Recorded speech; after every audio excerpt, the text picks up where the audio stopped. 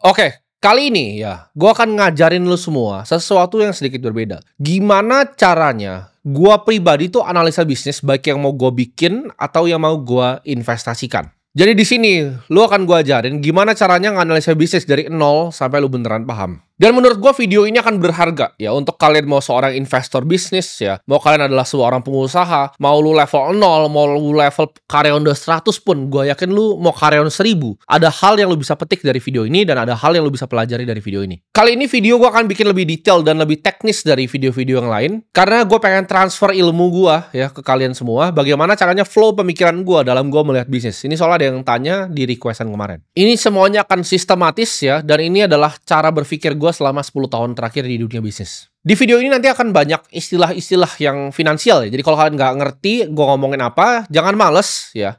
Jangan komen, tapi kalian cari di Google atau kalian cari di AI ya, silakan sana. Gue akan bagi video ini jadi 3 segmen ya. Segmen yang pertama adalah fundamental dari bisnis, 2 adalah pattern keberhasilan, dan yang terakhir adalah jurang bisnis. Jadi kalian tidak perlu ya ikut kelas manapun ya. Ini kalian nggak perlu ikut MBA juga kuliah. Kalian cukup nonton satu video ini. Gue yakin lu bisa analisa bisnis sampai sempurna. Kita akan mulai dengan building block yang pertama, yaitu fundamental dari sebuah bisnis. Lu mau belajar main golf, lu mau belajar main basket, semuanya sama ya. We start with the fundamentals. Kita mulai dari fundamental. Sama seperti bisnis. Kalau lu nggak mulai dengan fundamental yang kokoh, bisnis lu bakal berantakan ya. Dan kedepannya lu investasi bisnis, lu nggak ngerti fundamental bisnis itu apa ya, lu investasinya pasti berantakan. Fundamental dari bisnis yang pertama itu adalah capital allocation. Sebuah bisnis itu adalah sebuah mesin, ya, mesin yang bisa menghasilkan uang. Jadi hal terpenting ya, yang pertama fundamental dari seorang pebisnis atau bisnis yang kalian mau investasikan adalah bagaimana caranya mereka mengalokasi capital. Gimana cara mereka mengalokasi uang yang mereka punya.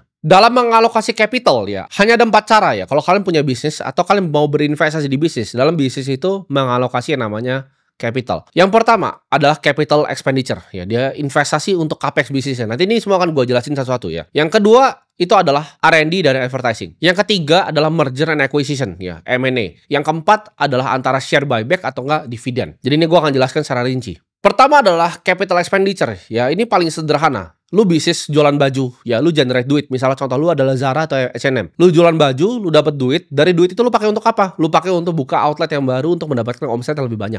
Ini sama seperti restoran, ya, Haidilao. Haidilao ketika dia jualan restoran, ya dapat duit. Dia lakukan apa? Dia ekspansi outlet ke Indonesia. Dia ekspansi outlet ke Malaysia. Dia ekspansi outlet lagi di Singapura. Atau lu restoran besar, ya lu restoran besar, lu berinvestasi ya dari hasil uang lu untuk lebih efisien lagi, lu invest capex ya, capital expenditure untuk bikin central kitchen. Contoh ya, ini H&M tuh punya sekitar 4.300 outlet di seluruh dunia. Dia hampir buka 1 outlet setiap hari sejak 2020. Ini adalah contoh yang gue sebut dengan growth capex ya. Jadi uang yang didapatkan dia investasi untuk mendapatkan outlet untuk ningkatin omsetnya lagi. Sama seperti Holy Wings ya, ketika dapat uang dari outlet misalnya ada 6 bulan atau 12 bulan balik modal, uang itu dipakai lagi ya. Caranya untuk mendapatkan omset lebih banyak adalah bikin outlet lebih banyak lagi. Jadi kalau Hillside Market udah ada misalnya mulanya 3, nextnya jadi 9, nextnya jadi 20. Contoh ya, seperti gue masuk Holy Wings Group di tahun 2024. Itu gue beli bisnisnya itu hanya 2,5 kali dari omset. Ya, jadi kalau kita sebutnya price to sales tuh 2,5. Tapi di sekarang nih ya, harga yang gue masuk dulu di 2025 ini, omsetnya tuh udah double basically. Jadi gue dulu beli price to sales 2,5, sekarang itu sekitar 1 komaan. Jadi secara bisnis tuh udah lebih murah justru sekarang. Karena omsetnya itu double. Kenapa bisa double? Karena uang yang didapatkan itu diinvestasikan kembali menjadi outlet-outlet terus. Nah, ketika kalian bisnis ya kan, kalian menghasilkan uang, yang pertama itu pastinya kalian mikir ke growth capex. Yang kedua itu adalah R&D dan juga advertising. Contoh perusahaan yang sangat berat di R&D adalah Apple. Ya, kita juga bisa lihat lagi perusahaan yang lagi rising star yaitu Nvidia. Nvidia berinvestasi besar di chip barunya yaitu Blackwell. Itu ngabisin R&D ya. Total perusahaannya nih R&D itu 12,9 miliar US dollar. Jadi hanya tahun kemarin aja dia ngabisin ratusan triliun rupiah untuk R&D. Kenapa? Ketika dia bisa keluarin chip yang lebih bagus lagi, contohnya seperti Blackwell, dia bisa jual di harga yang lebih baik lagi untuk menjangkau lebih banyak customer lagi. Sama seperti Apple, kalau dia bisa bikin iPhone tuh lebih tipis lagi, lebih canggih lagi, desain lebih bagus lagi, uangnya itu dihabiskan untuk yang namanya R&D. Nah, advertising itu juga jadi tempat untuk alokasi capital yang efisien sebenarnya. Contohnya seperti McD, seperti Coca-Cola. Mereka itu spending besar sekali ya. Dari zaman dulu Coca-Cola tuh spending billboard itu untuk brand building. Ini mungkin banyak pebisnis level bawah yang nggak paham seberapa kuat dari sebuah brand. Brand itu memiliki net tangible value yang justru paling tinggi. Kalau lu lihat pebisnis yang level ecek-ecek, itu mereka selalu fokusnya misalnya programmatic ads, ya. Contoh iklan yang misalnya ada di Facebook, iklan Instagram, iklan-iklan yang tadi di YouTube. Itu mereka lakukan itu untuk mendapatkan result instan. Jadi mereka misalnya bayar Facebook 1 juta, mereka ekspektasi dapat customer 2 juta bayar mereka. Mereka untung 1 juta. Itu bukan yang dimainkan sama brand yang besar sekali, ya. Brand yang besar sekali itu fokus untuk brand building. Jadi uangnya dipakai untuk build brandnya. Karena kalau orang sudah suka sama Coca-Cola, orang akan mau minumnya Coca-Cola terus. Walaupun harganya agak sedikit naik, misalnya contoh dari Pepsi, tapi orang akan pilih Coca-Cola. Karena mereka ingat kalau mereka bahagia itu Coca-Cola, ya warnanya merah dan mereka suka. Makanya kalau kita lihat, ya bahkan exchange crypto yang besar, itu mereka banyak sponsor misalnya di F1. Contoh misalnya exchange crypto juga ganti kan, Staples Center diganti, ya. Jadi Crypto.com Arena, hal-hal seperti itu adalah brand building. Contoh juga, ya perusahaan yang gue invest sendiri yaitu Holy Wings, mereka juga invest heavily di advertising. Makanya kalian pasti tahu, ya kalau Holy Wings itu bisnisnya apa, kalian pasti paham. Kalian pasti pernah lihat outlet-outletnya, ya, dan kalian pernah lihat di sosial media. Oh viral gitu kan, Little Tiger. Klub di bawah umur 30 tahun. Itu semua adalah advertising. Jadi akhirnya kalau kalian mau cari entertainment, ya di malam hari, kalian nggak ke kiri ke kanan. Kalian tahu, oke, gue mau ke tempatnya Holy Wings. Kalau untuk yang marketnya mungkin lebih menengah ke bawah, kalian masuk ke Hell's Market. Kalau marketnya A+, kalian ke H Club di SCBD.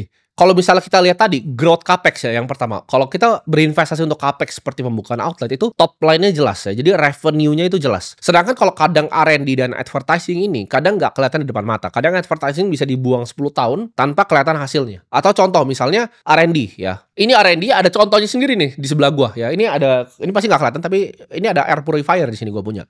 Merek itu adalah Dyson. Jadi kalau kalian tahu Dyson itu apa? James Dyson itu prototipe bikin 5.200 prototipe yang gagal. Sebelum dia berhasil bikin Dyson yang pertama yang sukses. Jadi R&D-nya itu puluhan tahun. Nggak menghasilkan apa-apa. Selama 15 tahun dia coba, itu nggak ngasilin apa-apa. Ya. Makanya sekarang semua cewek ya mimpinya itu adalah punya hair dryer yang Dyson. Air purifier juga kalau lihat di kantor-kantor yang bagus itu adalah Dyson semua. Dan uniknya berbeda dengan growth capex ya. Kalau misalnya kita lihat R&D dan advertising ini adalah suatu cost yang gampang sekali dipotong. Ketika perusahaan itu mengalami kesulitan finansial, kalian lihat divisi apa sih yang pertama untuk di scale down? Yang pasti adalah divisi advertising dan marketing pasti. Karena itu variable cost ya. Itu paling gampang dipotong ketika bisnisnya ini mengalami misalnya krisis gitu. Krisis keuangan paling gampang ya udah potong aja advertising, jeder. Secara fundamental tidak akan terlalu berubah bisnisnya. Nah, capital allocation yang ketiga, ya kan kita udah bahas tadi growth capex, kita bisa pakai investasi untuk balik ke bisnis yang terlalu bikin central kitchen, kita bisa bikin outlet lebih baru. Yang kedua tadi kita udah bahas juga ya bisa R&D, bisa seperti Dyson ini, bisa seperti Nvidia, bisa seperti Coca-Cola di advertising. Yang ketiga adalah merger and acquisition. Atau biasa disebutnya kalau orang-orang consulting itu bilangnya M&A. Nah, ini adalah suatu capital allocation yang gue pribadi itu kurang suka. Ya. Jadi gue kalau lihat perusahaan yang suka M&A, ini gue biasanya hindarin. Karena M&A itu kebanyakan jadi capital distractor. Ngancurin capitalnya dan ngancurin shareholder value. Contoh yang berhasil tuh Disney akuisisi Pixar di 2006. Ya, jadi M&A itu apa? Ketika ini ada perusahaan besar, ya, ini ada perusahaan besar lagi, mereka bisa merger. Atau ada perusahaan besar, lihat perusahaan yang kecil yang bisa jadi saingannya, atau yang bisa sinergi dalam bisnisnya, dia caplok untuk diakuisisi. Tapi dari sekian banyak yang berhasil nih sebenarnya dalam sejarah dunia ya, kebanyakan yang gagal melakukan M&A ini. Nggak banyak yang berhasil ya. Bisnis yang besar, yang bisa retain shareholder value itu nggak banyak yang melakukan M&A secara konsisten dan berhasil terus. Contoh, banyak yang biasanya banyak gagalnya dulu baru justru berhasil. Microsoft tuh tahun 2013 dia akuisisi Nokia dan itu ya kita tahu lah gagal total. 2016 dia akuisisi LinkedIn dan juga sekarang OpenAI yang berhasil. Tapi kebanyakan dari yang diakuisisi sama Microsoft ini jadi kegagalan total. Dan ini 2013 ketika Microsoft itu acquire Nokia, itu ngehancurin banyak sekali shareholder value. Dibanding dia melakukan yang keempat nanti yang gue membahas capital allocation ini. Jadi kalau tanya, lu prefer perusahaan yang seperti apa? Yang fokus di growth capex, R&D advertising, atau justru yang suka M&A? Gue akan jawab, gue suka perusahaan yang udah pasti dia growth capexnya. Misalnya perusahaan seperti H&M, ya. Itu gue suka banget, cepet banget. Ketika COVID malah orang kan pada takut buka outlet. Tapi ketika COVID dia lihat itu sewanya murah, dia hajar, buka sehari satu. Gue suka tuh perusahaan yang seperti itu. Jadi preferensi pribadi gue biasanya avoid bisnis yang heavy-nya justru di M&A. Menurut gue tuh artinya biasa mereka tidak tahu apa yang sedang mereka lakukan dengan capitalnya. Nah, dan capital allocation yang keempat atau terakhir, ya ini jadi secara fundamental. Memang cuma ada 4 cara, ya tidak ada cara lain. Cara terakhir adalah antara share buyback atau dividen ke pemegang saham. Jadi uang sisa yang udah tidak bisa ke growth capex ya. Misalnya Holywing sudah tidak bisa buka outlet lagi, sudah tidak efisien untuk buka outlet lagi. Itu bisa dibagikan ke para pemegang saham. Kalau udah TBK itu bisa buyback ya, dibeli di pasar lagi sahamnya atau dibagikan secara dividen. Nah, ini kalau di luar negeri ini udah jadi hal yang lumrah ya untuk dibagikan secara buyback ya. Kalau kita lihat perusahaan-perusahaan yang sering buyback itu seperti Apple, seperti Nvidia. Mereka kalau ada laba bersih yang tidak dipakai untuk antara R&D, growth capex, mereka beli lagi sahamnya di public. Seperti Exxon kita lihat itu banyak sekali melakukan buyback. Tapi kalau perusahaan-perusahaan non TBK seperti misalnya Bloomberg ya, mereka akan bagikan dalam berupa dividen ke para pemegang sahamnya. Jadi sedikit rekap ya, fundamental yang pertama, ya ini baru fundamental yang pertama, ya, yaitu capital allocation. Nah, capital allocation ini bisa dilakukan dengan 4 cara. Growth capex, R&D dan advertising, ya, M&A, dividend and buyback. Fundamental yang kedua, ya dalam gue bisa melihat sebuah bisnis dan gue menganalisa bisnis gue sendiri, yaitu return on capital. Ini adalah ukuran seberapa bagus perusahaan itu menggunakan capital yang dimilikinya untuk menghasilkan keuntungan lebih lagi. Sederhananya itu. Nah, dalam melihat profitabilitas return on capital ini, ada 2 yang gue paling suka untuk ukur. Sebenarnya ada banyak cara, cuman ini yang gue pribadi paling suka. Ya, ada 2 cara. Yang pertama adalah asset turns. Ini mengukur intensitas asetnya suatu bisnis. Maksudnya apa? Bisnis itu ya makin berat asetnya, itu akan diukur ya return on capital investednya berapa. Contohnya, lu punya restoran, tapi lu beli semua tanahnya, ya lu bangun semuanya, itu kan jadi mahal tuh. Growth capex-nya tuh jadi mahal. Itu bukanlah bisnis yang seksi. Bisnis yang paling seksi, kalau bisa tanahnya lu kerja sama orang, lu tidak memiliki tanahnya, lu cuman bangun doang, terus lu bisa mulai jualan. Nah, ini disebut dengan bisnis yang asset light. Contohnya seperti Domino Pizza, ya. Lu kalau lihat sahamnya Domino's Pizza itu terbang tinggi sekali. Kenapa? Karena dia pakai sistem franchise. Dia sangat asset light. Perusahaan yang asset light ini yang paling seksi. Contoh, Bluebird itu punya banyak mobil. Itu nggak seksi, itu nggak asset light. Tapi perusahaan, ya, seperti Uber, itu asset light. Dia nggak punya mobil sama sekali, orang yang pakai mobilnya cuma lewat aplikasi. Bisnis yang tidak perlu capital lebih lagi untuk misalnya membuka cabang atau mendapatkan top line ini sangat-sangat seksi. Jadi kalau misalnya perusahaan-perusahaan seperti Domino's Pizza dengan franchise model, atau kita lihat perusahaan software seperti Netflix, asetnya itu intellectual property. Ketika dia dapat duit, investasinya adalah untuk bikin film atau akuisisi film dari Hollywood. Dia tidak perlu bikin sistem yang berbeda, mau itu 10.000 subscriber atau sekarang misalnya 100 juta yang subscribe Netflix di seluruh dunia. Sistemnya itu sama persis, filmnya sama persis. Jadi tidak ada marginal cost of replikasinya. Nah, ini adalah bisnis asset light yang seksi banget. Contohnya lagi seperti Hilton Hotel. Kalau kalian lihat banyak hotel-hotel, itu bukan mereka yang bangun gedungnya. Mereka cuma manajemen. Nah, ini bisnis yang asset light ini bisa dievaluasi dengan price to earning yang sangat tinggi. Contoh lagi, Holywings pun sama. Ya, kita bisa kerja sama pemilik tanah untuk bagi hasil akhirnya. Jadi kalau kita mau lihat return on capital, itu kita lihat asset turn-nya. Ini bisnis yang asset light dulu atau asset heavy. Yang kedua adalah profit margin. Berapa dari omset ya, top line yang ujung-ujungnya itu bisa menjadi laba untuk kita ya. Ini penting sekali. Contoh, Bloomberg itu adalah perusahaan dengan margin yang tinggi sekali. Dia bikin softwarenya sekali ya, dia tinggal sewain komputer begini dan dia dapat 500 juta per customernya per tahun dikali 325.000 customer. Nah, ini bisa dengan profit margin yang tinggi sekali. Microsoft tuh juga tidak butuh marginal cost of replication untuk jual produknya. Marginnya tinggi sekali. Seperti produk Office-nya, Azure-nya, ya. Jadi kalau kita gabungkan ini antara bisnis yang asset light yang tidak punya banyak aset untuk menghasilkan lebih banyak uang dan juga profit margin yang tinggi, lu dapat bisnis yang seperti Microsoft, seperti Bloomberg. Asset light bisnis ya, kita tambah dengan profit margin yang tinggi, itu sama dengan resep sukses. Fondasi ketiga dari sebuah bisnis, yaitu sumber growth-nya dari mana? Sumber pertumbuhan bisnisnya dari mana? Kita tadi udah lihat gimana caranya pakai duitnya. Gimana cara ngukur return on capital-nya. Sekarang kita lihat sumber bertumbuhnya itu dari mana? Growth yang paling gampang kita lihat ya, kalau bisnis-bisnis besar adalah ekspansi secara geografis. Contohnya seperti apa? Seperti Netflix. Dia semua orang, lu mau di Jamaika lu bisa pakai, lu mau di Nigeria sekalipun lu bisa pakai Netflix. Mau di Indonesia, mau di Amerika sama aja lu bisa pakai Netflix. Unilever ketika dia udah besar di suatu negara, dia ekspansi bahkan ke Indonesia dan bikin TBK juga di sini. Coca-Cola, lu mau di McD di sini atau lu mau di Singapura, lu bisa minum Coca-Cola. Ketika Hollywing sudah buka banyak outlet di Indonesia, next-nya untuk menghasilkan lebih banyak uang, ya, untuk menghasilkan tadi gue sebutnya growth bisnis ya, pertumbuhan bisnis, adalah ekspansi ke luar negeri, ke Malaysia, ke Thailand, ke Jepang, ke Korea. Tap in market yang belum di-tap, ya. Kalau Indonesia udah penuh, market A udah belum, market B udah belum, market C udah belum, D, E udah semua, oke. Ke Malaysia sekarang, ke Singapura sekarang, ya, pakai knowledge yang udah dipunyai di Indonesia, dan cari partner-partner lokal di setiap negara. Itu yang pertama, ekspansi geografis. Sumber growth yang kedua, ya, bisnis itu adalah matematika sederhana, yaitu pricing dikali volume, ya. Harga dikali volume. Bisnis yang terbaik itu adalah bisnis yang harganya tinggi, ya, volume tinggi juga. Kayak tadi kan, kita ngitung Bloomberg gampang, 500 juta per tahun dikali 325.000. Bisnis yang punya pricing power terkuat, itu justru akan selalu menang, ya. Karena pricing is everything menurut gue. Gue lebih pilih, ya, bisnis yang pricingnya lebih tinggi dan volume lebih rendah. Dibanding cuma yang volumenya tinggi, pricingnya rendah. Ketika lu naikin sedikit, orang udah gak mau beli lagi produknya. Kita contoh misalnya produk-produk seperti LV. LV itu tasnya kalau lu mau naikin 2 juta, orang juga nggak segitu pedulinya. Ya, dia bisa punya yang namanya pricing power ketika bikin tuh tasnya mau naikin. Even kalau misalnya kayak begini, kayak Patek, dia nggak perlu jual volume yang besar sekali. Karena dia jual di price point yang very very high. Dia jual jam tuh harganya miliaran. Dia tidak perlu jualan ke segitu banyak orang. Mentor bisnis gue dulu pernah bilang, lebih baik lu selalu bikin hotel bintang 5 dibanding hotel bintang 3. Karena itu ribetnya sama, tim, dia bilang. Ya, jadi jangan mau bikin hotel bintang 3. Karena itu orangnya ribet juga gitu. Sama kayak hotel bintang 5, ribet juga. Tapi mendingan ribet yang kita dibayar banyak duit sama orang yang lebih sedikit. Sedangkan nih, gue kasih contoh ekstrim ya. Kita kan tadi bahas bisnis-bisnis bagus. Lu bikin bisnis pecel lele nih ya. Sebelah lu ada pecel lele juga. Lu kalau nggak ngerti konsep ini, pecel lele itu bisnis yang sampah. Kenapa? Karena ketika lu naikin harganya, orang langsung pergi ke tenda sebelah. Lu tidak punya namanya pricing power di sana. Dan volumenya terbatas, ya kan? Lu udah lewat dari 5 orang makan di situ, lu udah nggak bisa di tenda yang sama. Lu mesti ekspansi tenda yang selanjutnya. Nah, jadi sumber growth itu apa ya? Gue rekap di sini. Sumber growth itu simple. Yang pertama adalah ekspansi geografis, itu paling logical. Kedua adalah kita mainin di pricing dan juga di volumenya. Gimana caranya bikin bisnis yang punya pricing power yang kuat?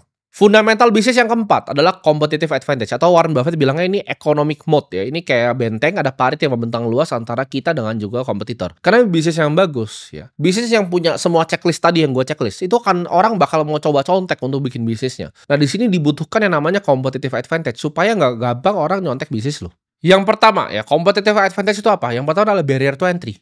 Untuk bikin bisnisnya gampang atau sulit, lu bisa nggak saingin Apple? Ya, lu bisa nggak bikin jam seperti Patek Philippe? Itu adalah barrier to entry-nya dalam sebuah bisnis. Semakin gampang bisnisnya, semakin gampang direplika. Gue kasih contoh pecel lele lagi. Pecel lele laku, lu tinggal diambil chefnya dibikin. Ya, lu bikin restoran yang laku, orang dengan duit kayak gue itu bisa langsung replika restoran lu sebelahan. Gue sering lihat tuh kalau pebisnis yang level cerek, ya, mereka suka koar gitu kalau ada orang yang nyontek mereka. Contohnya gini, gue punya tempat mie, ya kan, mie kari gitu kan. Wah, mie kari gue dicontek gitu kan dengan telurnya, dengan ini. Itu mie kari lu tidak punya competitive advantage, ya.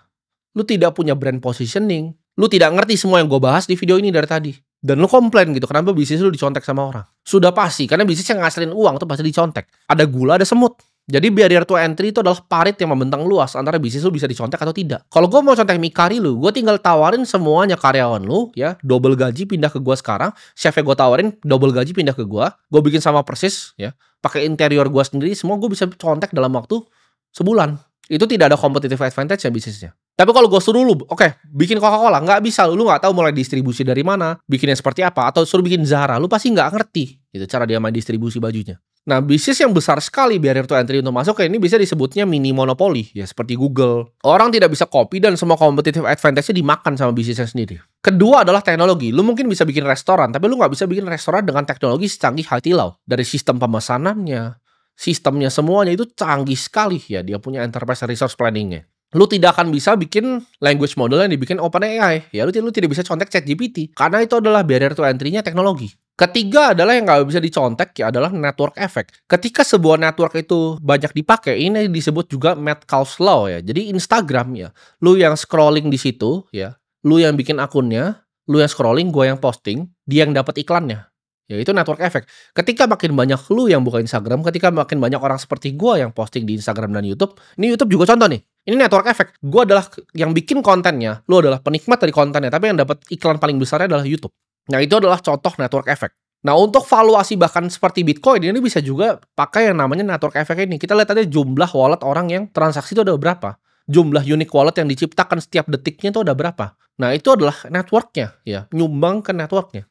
Makin banyak user di YouTube, makin banyak konten kreator, makin banyak orang yang nonton, ya makin berharga platformnya. Jadi untuk bikin competitive advantage atau gue sebut economic mode tadi, itu ada 3 ya. Pertama barrier to entry bisnisnya. Untuk bikin bisnisnya gampang atau enggak barrier to entry. Lu bisa bikin pecel lele, lu bisa bikin mie kari, tapi lu nggak bisa bikin Holy Wings. Yang kedua, teknologinya bisa lu copy atau enggak. Dan yang ketiga, lu punya network effect-nya atau enggak. Itu yang akan bikin yang namanya competitive advantage biar bisnis lu tidak bisa di-copy sama orang. Fundamental bisnis yang terakhir itu adalah manajemen yang baik. Nah ini agak tricky ya. Karena manajemen ini kan banyak yang suka tanya gue, gimana caranya bisa akses sebuah manajemen tuh bagus atau enggak. Mau perusahaan TBK, mau perusahaan non-TBK. Tapi ini dua-duanya sama. Karena ketika bisnisnya itu growing well ya, bisnisnya itu bagus, kadang manajemennya dipuji, oh manajemennya hebat, bla bla bla.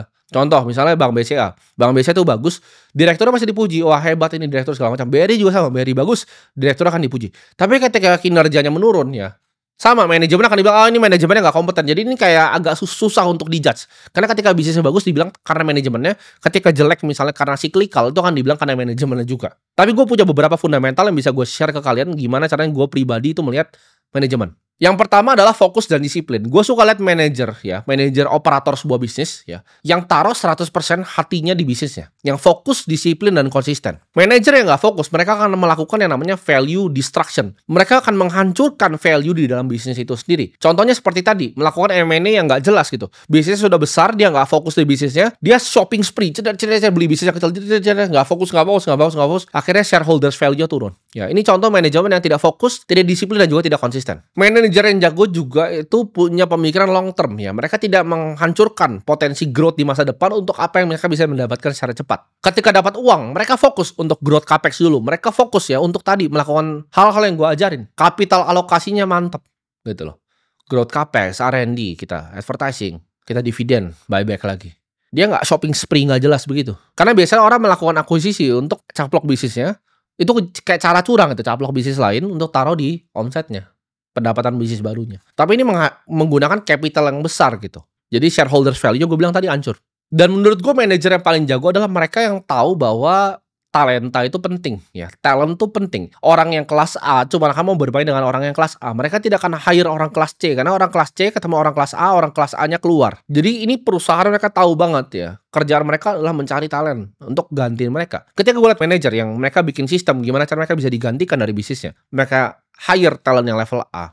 Ini adalah manajemen yang top. Jadi manajemen yang bagus ya, mereka itu disiplin, konsisten, fokus, mereka long term oriented, mereka tidak suka shopping spree nggak jelas, mereka disiplin juga ya dalam melakukan capital allocation dan juga mereka mencari talent level A. Nah itu udah selesai tuh fundamental bisnis ya. Jadi semua itu baru yang part pertama itu fundamental bisnis. Yang kedua adalah pattern keberhasilan. Jadi gua kalau analisa bisnis ini kalian udah langsung belajar nih ya. Ini kayak kalian kuliah sama orang yang ngerti gimana caranya investasi di private equity. Jadi kalau fundamental udah checklist, yang kedua kita lihat adalah pattern ya, bisnis yang berhasil itu seperti apa. Yang pertama, ya bisnis yang sering berhasil itu adalah yang gue lihat adalah memiliki recurring revenue. Jadi revenue itu bisa ditebak. Jadi gampang memprediksi cash flow masa depan dari bisnisnya. Contohnya, seperti kita lihat misalnya Costco. Costco itu unik gitu, cara dia jualannya. Dia biasa kasih tester dulu semuanya. Tapi yang paling unik dari Costco itu adalah satu. Dia punya subscription $60-120 per tahun untuk orang belanja di sana. Jadi ini sesuatu yang sangat spesial gitu untuk customer-customernya. Customernya banyak sekali yang bayar subscription untuk belanja di Costco. Charlie Munger itu sering bilang bisnisnya dibagi 3 ya. Keluarga The Mungers family itu cuma punya 3 posisi. Satu itu adalah Berkshire Hathaway, kedua itu adalah Costco, ketiga itu adalah Lilu punya fund ya. Lilu itu adalah investor dari Cina yang invest di BYD. Jadi mereka cuma punya 3 ini ya. The Munger family, Berkshire Hathaway, Costco, dan Lilu. Nah, Costco ini dia suka banget dengan Costco ini. Kenapa? Karena tadi ini tempat belanja ya, yang bisa subscription. Lu lihat sahamnya, lu cari Costco, setinggi apa naiknya. Karena bisa dipredik gitu. Future cash flow bisa diprediksi. Netflix itu juga adalah recurring model yang seksi. Gua tahu nih, kira-kira Netflix kuartal depan dapat duit berapa. Karena gue tinggal hitung jumlah subscribernya, growth subscribernya, dikali harganya, selesai. Jadi ketika dia butuh influx cash untuk misalnya, oh ini ada film yang bagus nih, hajar, dar beli. Ini ada yang bagus nih, dar beli. Kan dulu mereka begitu, mereka bikin recurring revenue, makanya mereka berani. Ketika ada, oh ini ada potensi series yang bagus, House of Cards, oke gue beli, jedar hajar. Lihat ini bagus, jedar hajar lagi, bikin original series. Karena mereka punya influx of cash, mereka tahu dapat duit terus setiap bulannya dengan subscription model ini. Sama seperti Bloomberg ya, gampang sekali ya, karena dia recurring gitu. Gua ini harus bayar 500 juta per tahun ke Bloomberg. Gue tidak bisa kalau gue tidak pakai Bloomberg gitu. Karena itu sangat berharga untuk gue. Jadi gue harus bayar terus gitu. Kedua ya, pattern keberhasilan itu tadi yang gue sebut juga. Pricing power. Kemampuan untuk menaikkan harga suka-suka. Ini adalah kemampuan terkuat di bisnis. LV. Suka-suka aja dinaikin harga. Semua brand luxury itu sama memiliki trait ini. Jadi kalau tanya, mahalan mana? Valuasi yang jualan cuma baju biasa begini atau baju luxury? Baju luxury pasti lebih mahal. Dan pricing power ini biasanya similar dengan kekuatannya ya dengan yang namanya branding. Jadi makin besar mereka spending biasanya. Contohnya seperti L'Oreal ya, kita lihat mereka banyak sekali spending di advertising. Kenapa? Supaya mereka bisa ngambil yang namanya pricing power ini. Ini di dunia skincare juga semuanya sama. Gue kan suka dengar di Indonesia ada yang bilang, oh ini overclaim, itu overclaim. Itu kalian bodoh dan nggak mengerti bisnis. Terserah orang mau harganya itu berapa. Karena itu adalah pricing power yang dimiliki oleh brandnya. Kalau lu butuh brandnya, lu pakai brandnya.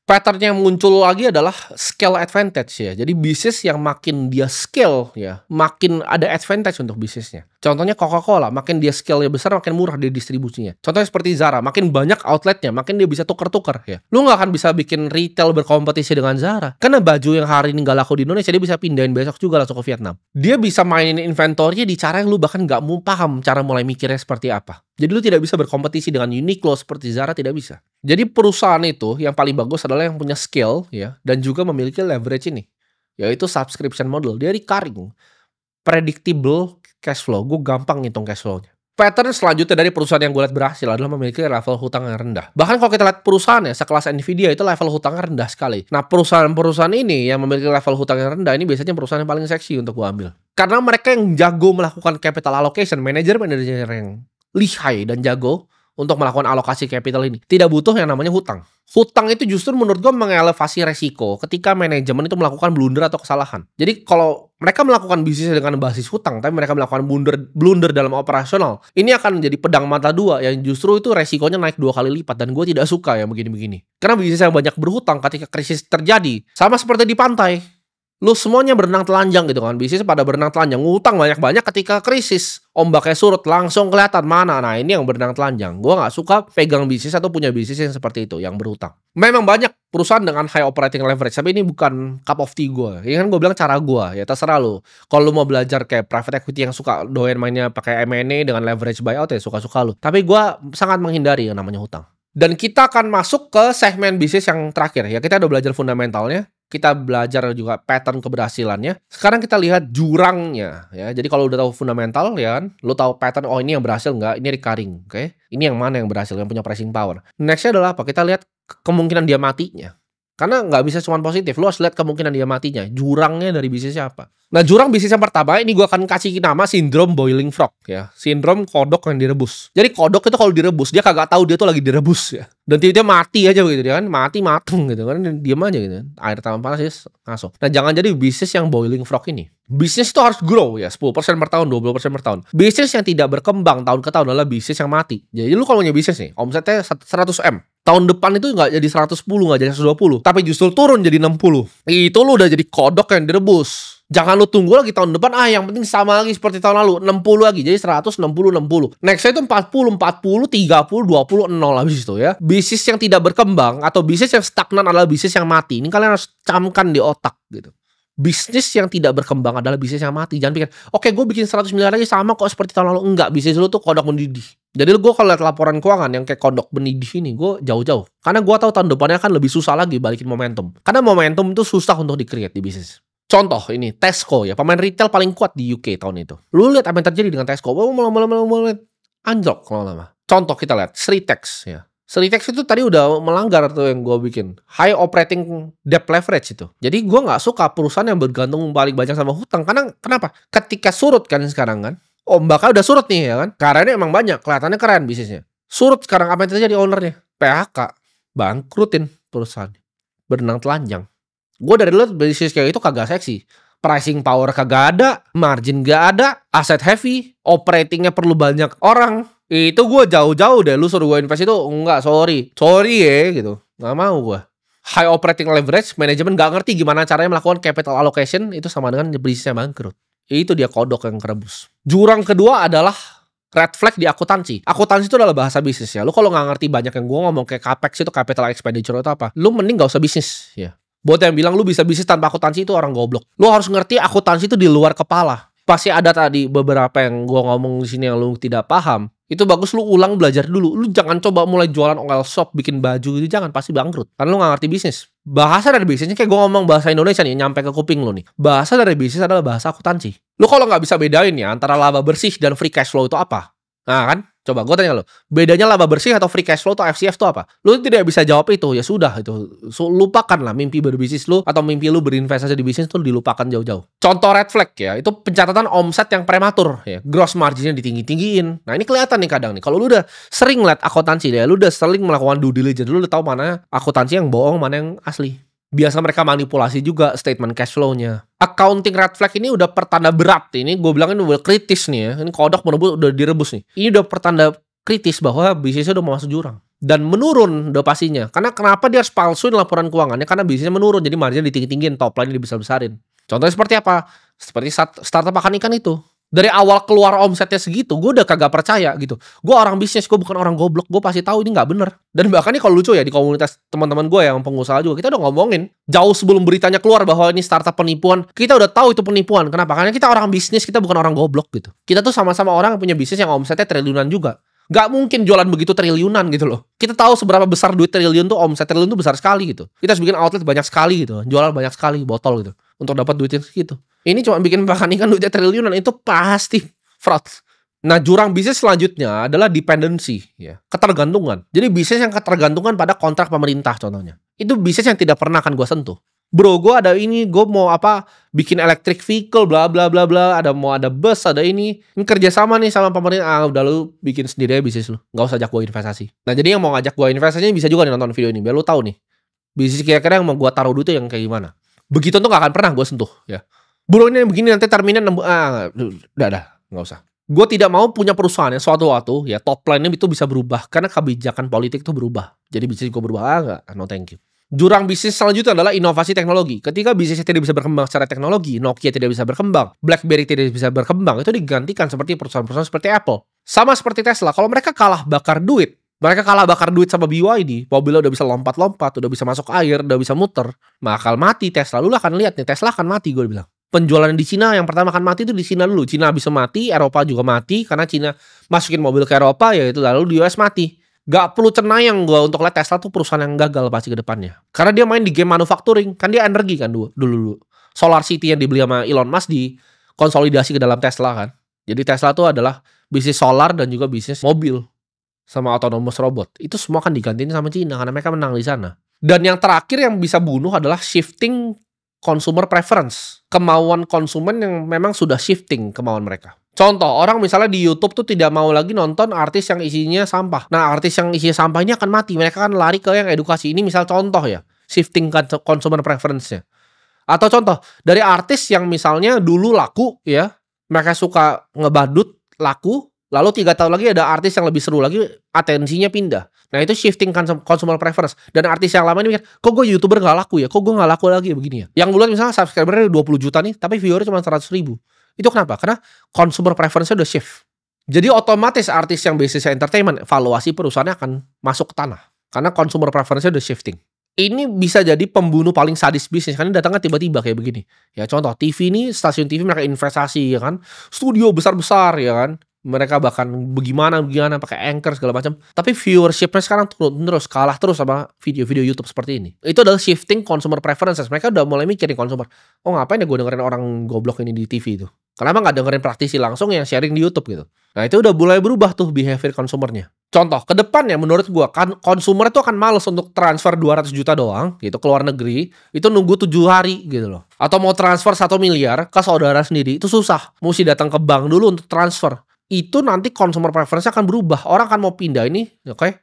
Dia punya IDR yang dalam bentuk stablecoin, dia pindahin ke wallet temennya, cepet sedetik pindah gitu ke Amerika. Atau dia kerja misalnya di Hong Kong, dia mau transfer ke ibunya di Indonesia, pakai stablecoin rupiah dari exchange di Hong Kong kirim ke exchange ke Indonesia, sedetik pindah. Consumer preferences dalam segi uang itu menurut gua dalam 10-20 tahun ke depan itu akan berubah. Atau iklan deh sekarang. Orang lebih pilih naruh iklan di depan YouTube sini atau di depan Instagram lu ketika lu scroll dibanding di billboard di jalan. Makanya kalau lihat billboard di jalan tuh udah kosong tuh ada nomor telepon tuh. Itu perusahaannya pasti udah kebakaran jenggot semua. Mereka udah jual space-nya murah-murah. Ketika gua tanyain kadang itu murah banget. Kenapa? Karena nobody gives a fuck lagi about billboard. Orang matanya nggak gampang lihat lagi. Kenapa billboard dulu laku? Karena dulu orang nggak main handphone. Smartphone nggak kayak sekarang masih BlackBerry, Nokia. Sekarang kalau misalnya orang nyetir udah nggak mau lagi, mereka ambil dengar podcast gitu, ambil dengar lagu, mereka nggak ngeliatin kiri kanan lagi. Atensinya udah berubah. Itu namanya shifting consumer preferences. Jadi itu adalah jurang-jurang bisnis. Ketika customer itu punya preferensi yang berbeda. Ini pun gue wanti-wanti ke anak-anak di grup ya. Misalnya di Holy Wings. Suatu saat menurut gue itu customer preferences akan beda. Manusia akan lebih pengen hidup sehat lagi. Jadi makanya kita akan Holy Wings Group akan shifting nih, main ke wellness dan segala macam. Karena consumer preferences ketika berubah itu cepat sekali dan langsung bahaya ke bisnis yang besar. Jadi antara bisnis itu bisa beradaptasi atau mereka mati. Jadi kalau lu master 3 ini ya, seorang bisnis. Makanya gue bisnis apakah gampang atau sulit? Sulit. Gue tanya, ada nggak bisa guru bisnis yang ngajarin lu begini gitu, yang buka-buka kelas bisnis tolol itu ada yang bisa ngajar seperti ini? Nggak ada. Karena mereka nggak punya bisnis yang triliunan. Mereka tidak tahu cara operasi bisnis triliunan. Mereka tidak punya fund yang berinvestasi di bisnis yang triliunan. Itu semuanya sudah gue lakukan gitu loh. Jadi ini semua based on expertise gue, based on experience gue. Lu master 3 ini, capital allocation, lu lihat misalnya gimana caranya bisnis yang sukses itu seperti apa, contoh-contohnya, dan lu lihat jurangnya ini apa aja. 3 ini lu master, lu akan jadi investor yang sangat jago. Lu tidak perlu baca buku apapun, lu tidak perlu belajar dimanapun. Lu tonton video ini ulang 20-30 kali sampai masuk ke otak lu, sampai lu paham. Lu bikin bisnis sendiri based on semua yang gue ajarin di sini. Bisnis lu 100% sukses. Kira-kira gimana caranya flow gue berpikir sebelum gue melakukan keputusan investasi, sebelum gue naruh duit gue dimanapun, ini cara gue berpikir. Dan buat teman-teman semua yang lagi mulai bisnis atau mulai investasi, coba lu tulis ini semua ya. Jangan cuma lu nonton, karena lu gak akan paham ini kalau cuma lu nonton. Lu harus ambil kertas, ambil buku, lu catat gitu loh. Lu catat pakai bolpen sama kertas. Oke, ini apa aja capital allocation tuh ada 1, 2, 3, 4 gitu. Tulis gitu. Nah dari 1 ini apa, 2 apa, 3 apa, 4 apa. Itu lu checklist semua tuh nanti ketika lu bikin bisnis atau lu mau berinvestasi ke bisnis gitu loh. Ini jurangnya ini consumer preference bisa shift kemana nih. Jadi ya ini ya kira-kira pengalaman gue sekitar 10 tahun terakhir ya. Sebagai orang yang dari 0 sampai bisa bikin bisnis triliunan, sharing ke kalian tentang bisnis. Jadi nggak perlu ya yang namanya coach bisnis tai anjing itulah. Nonton video ini, ulangin 20 kali, praktekin, gue yakin hidup lu berubah.